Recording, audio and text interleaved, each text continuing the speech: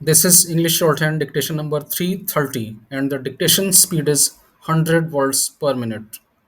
Ready? Start. Madam Speaker, the movement of the exchange rate of Indian rupee recently has been a matter of concern. The rupee has depreciated sharply against the dollar since the last week of May. There are concerns of the impact this would have on our economy. Madam, what triggered the sharp and sudden depreciation was the market's reaction to certain external developments. On May 22, 2013, the United States Federal Reserve indicated that it would soon taper its quantitative easing as the US economy was recovering. This led to a reversal of capital flows to emerging economies, which are now sharply pulling down not just the rupee but also the Brazilian real, the Turkish lira, the Indonesian rupiah, the South African rand, and many other currencies. While global factors such as tensions over Syria and the prospect of the US Federal Reserve tapering its policy of quantitative easing have caused general weaknesses in the emerging market currencies, the rupee has been especially hit because of our large current account deficit and some other domestic factors. We intend to act to reduce the current account deficit and bring about an improvement in the functioning of our economy.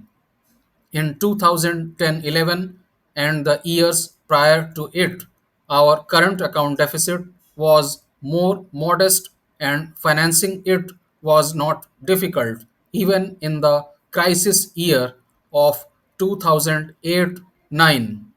Since then, there has been a deterioration, mainly on account of huge imports of gold, higher costs of crude oil imports, and recently of coal. On the export side, weak demand in major markets has kept our exports from growing.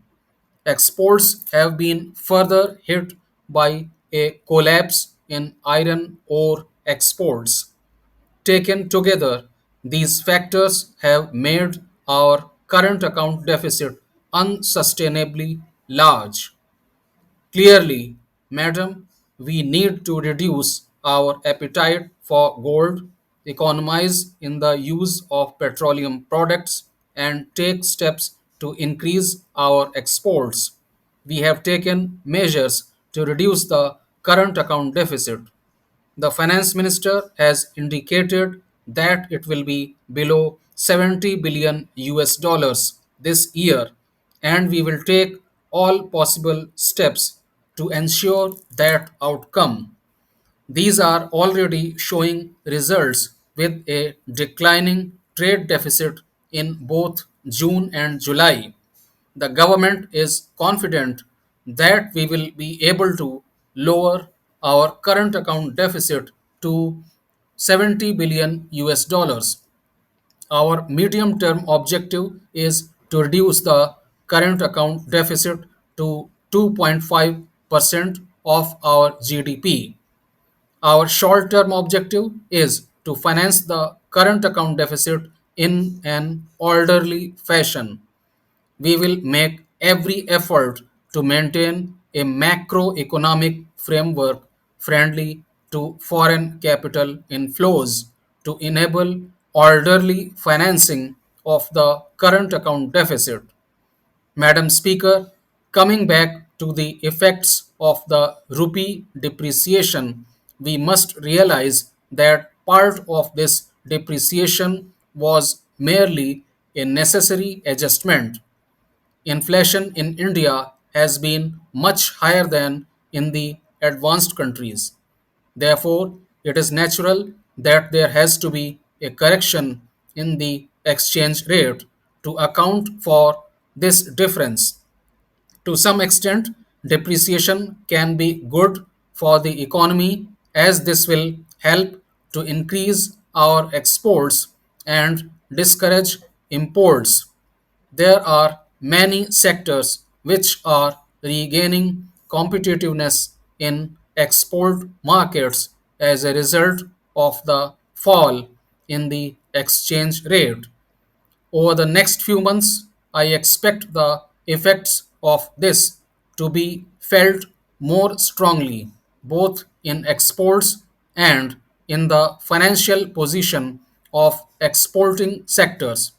This in itself would correct the current account deficit to some extent. However, foreign exchange markets have a notorious history of overshooting. Unfortunately, this is what is happening not only in relation to the rupee but also other currencies. The Reserve Bank and the government have taken a number of steps to stabilize the rupee. Some measures have given rise to doubts in some quarters that capital controls are on the horizon. I would like to assure the House and the world at large that the government is not contemplating any such measures.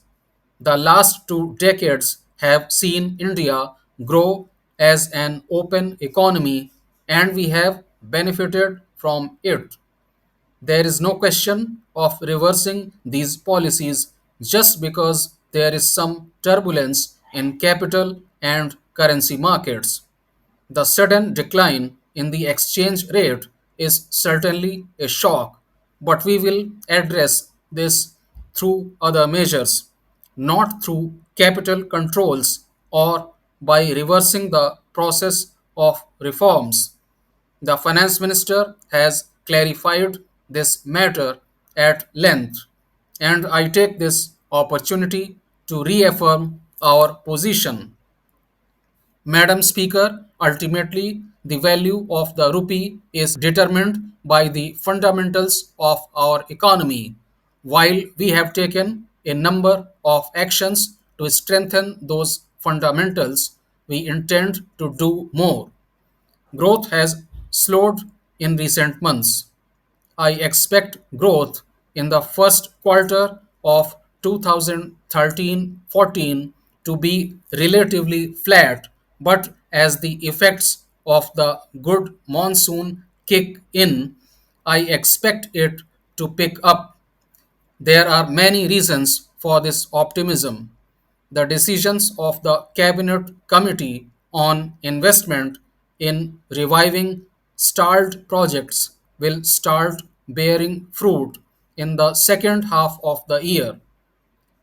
The full effects of the growth friendly measures that have been taken over the last 6 months, such as liberalizing norms for foreign direct investment, resolution of some tax issues of concern to industry, and fuel subsidy reform will come into play over the year, resulting in higher growth, particularly in manufacturing.